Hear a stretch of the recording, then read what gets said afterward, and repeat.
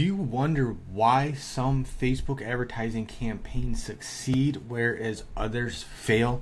So the more and more that I'm putting content out there, I'm getting you guys reaching out and asking me exactly what the formula is to make a profitable advertising campaign, regardless of the platform, whether you're doing email marketing, whether you're doing Facebook advertising, YouTube ads, whatever it is. I'm getting more and more inquiries.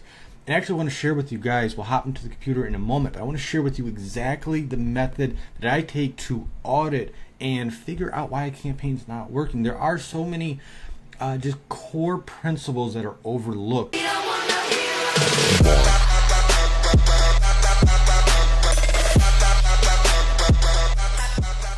My name is Tyler, and as many of you know, I own and operate a digital marketing agency, and I specialize with consulting with businesses and optimizing and turning around their failing ad campaigns.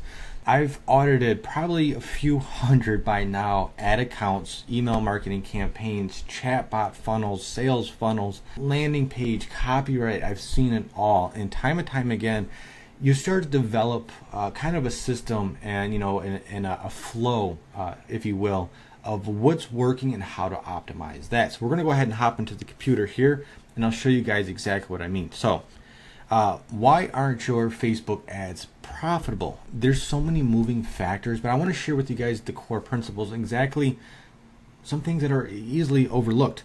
It's again, you guys aren't looking at the bigger picture. I'm not calling anybody out or anybody in particular. And I was actually talking with somebody when I first started doing this. I tried to sell what I thought was cool. Take for example, I don't know, I like these Bic pens for my whiteboard. I don't like any other brand. I thought these, just an extreme example, I couldn't really go out and try to sell this myself because while I thought it was cool, the market didn't. It just wasn't a thick market. Let's go back here. So that's kind of the first thing, is your ad needs to begin with the market. Is there a demand in the marketplace? And I'll give you an extreme example. So if I were to try to sell this Bic pen, and it's actually kind of a fine point because I write small and it looks good. If I were to try to sell this, how many people need this actual pen? There's teachers, there's entrepreneurs, project managers, stuff like that. But I mean, is there multiple millions that actually have a strong demand for this exact pen? Probably not. Can I sell these? Yes.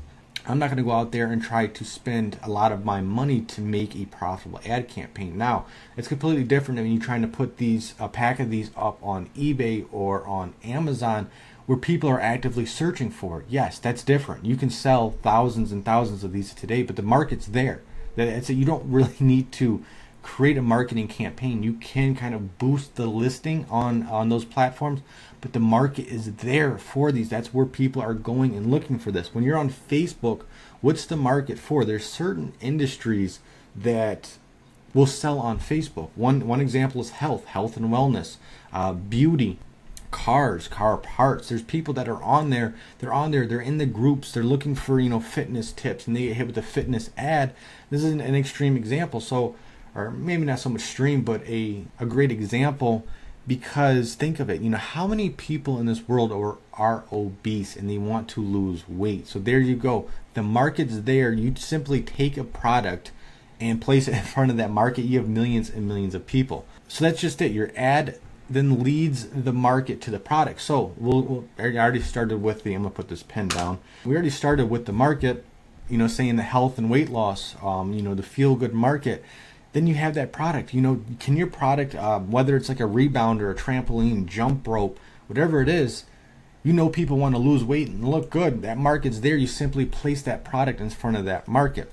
Next, you really have to clearly define the mass appeal of the product. So I'm going to get ahead of myself a little bit here in these slides, as I always do, but there's really two aspects to a product. There's the physical product itself, which you should not sell, and I see people trying to do that, and actually I failed pretty bad when I first started doing this. I was trying to sell the physical product. Now, going back to my pen example, it's kind of ergonomic here. It's got a nice long cap here. It has a clip on here. That's a physical physical feature of it. It's blue.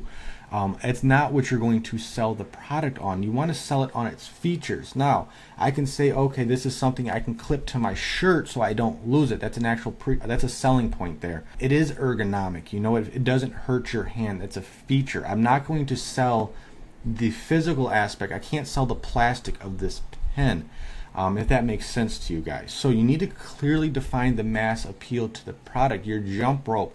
Why is your jump rope so much better than everybody else's? There's 1,000 jump ropes on the market. Maybe yours has handles where your hands won't get sweaty as you're jump roping. Maybe it won't tear, you know, as it's hitting the ground. It has longevity. It's got, you know, you can put some power words in there. What is it? You're not selling, again, I'm not going to sell the plastic, the rubber of the jump rope. I need to sell the features that jump rope has. So I hope this is kind of helping you guys you know, get the wheels turning as far as this goes. And again, you need to define the main performance. Any product is going to have multiple performance features, but you need to pick out the one that is going to really trigger the dreams, the hope, the inspiration in your targeted audience. You have to pick one. There's going to be multiple, but you have to sit down and go, okay, what's going to be the best? If you're selling products, again, you're not going to be able to sell, okay, this product is leather. Yes, somebody might be looking for a leather product, but you know, what are the features of it? Okay, it's a leather shoe that has high arch support so it doesn't hurt your back, or you know, you got to get into the features and how it's going to benefit your customers. And then again, kind of jumped ahead of myself. You have to use the knowledge, the hope of your knowledge of what the hopes, dreams, and desire of other people are, and you have to harness that to your advantage. So again, going back to the healthcare or the fitness industry, you already know people want to lose weight. They're obese, they're tired, they're slow. You can even get into, you know, their cognitive abilities. You know, they're going to be able to perform better at work. They'll have more energy to spend with their kids. So those need to be your selling points when it comes to your product. And again, we're not going to sell the physical product. We're going to sell the actual functional aspect and the features of the product. I see this time and time again, where people will go out and they'll try to sell the actual physical product. You know, it's a brown product. It's beautiful. It's bright.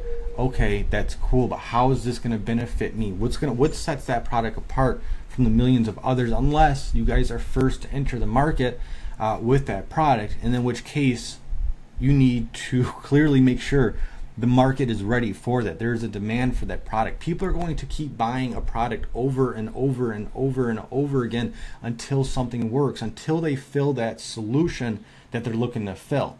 Again, you know, there's a reason diet weight loss pills will sell over and over and over and over again, because ultimately those pills are just 90% of the time just placebo pills.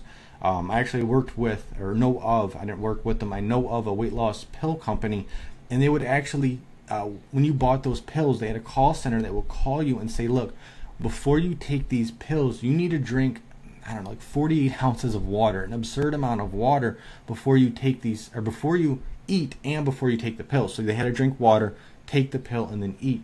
And what it was, the pill was just placebo. The pill did nothing. And the reason why the pill did nothing was because they didn't want to get sued for any allergic reactions, any healthcare issues. It was simply just a sugar pill, a very small amount of it. And what happened was they would drink so much water, they were required to drink so much water that they were full, so they just started eating less. So again, people are going to keep, and if they didn't drink the water and it didn't work, they'd try another product. They're going to keep trying and trying and trying until you get that. So that's really what it is. You need to identify the mass appeal in it and then sell the functions of your product. So I hope this video was helpful for you guys. Drop a comment down below. Let me know what you think. If you have any tips or tricks or anything else you would want me to cover. But this is pretty much it. You know, I'll go through when I audit somebody. Ultimately, we need to get into the, you know, the nitty gritty. You know, is it more men? Is it more women? What's their demographic? Their age? Is it, you know, geo based? Their location? You can get into all that nitty gritty stuff, but until you have the core principles of your campaign in place, it simply isn't going to work without that. So again, I hope this was helpful. Drop a comment, smash the like button, and make sure you are subscribed. Again, I'm popping out more videos for you guys, so I will see you on the next one. Peace.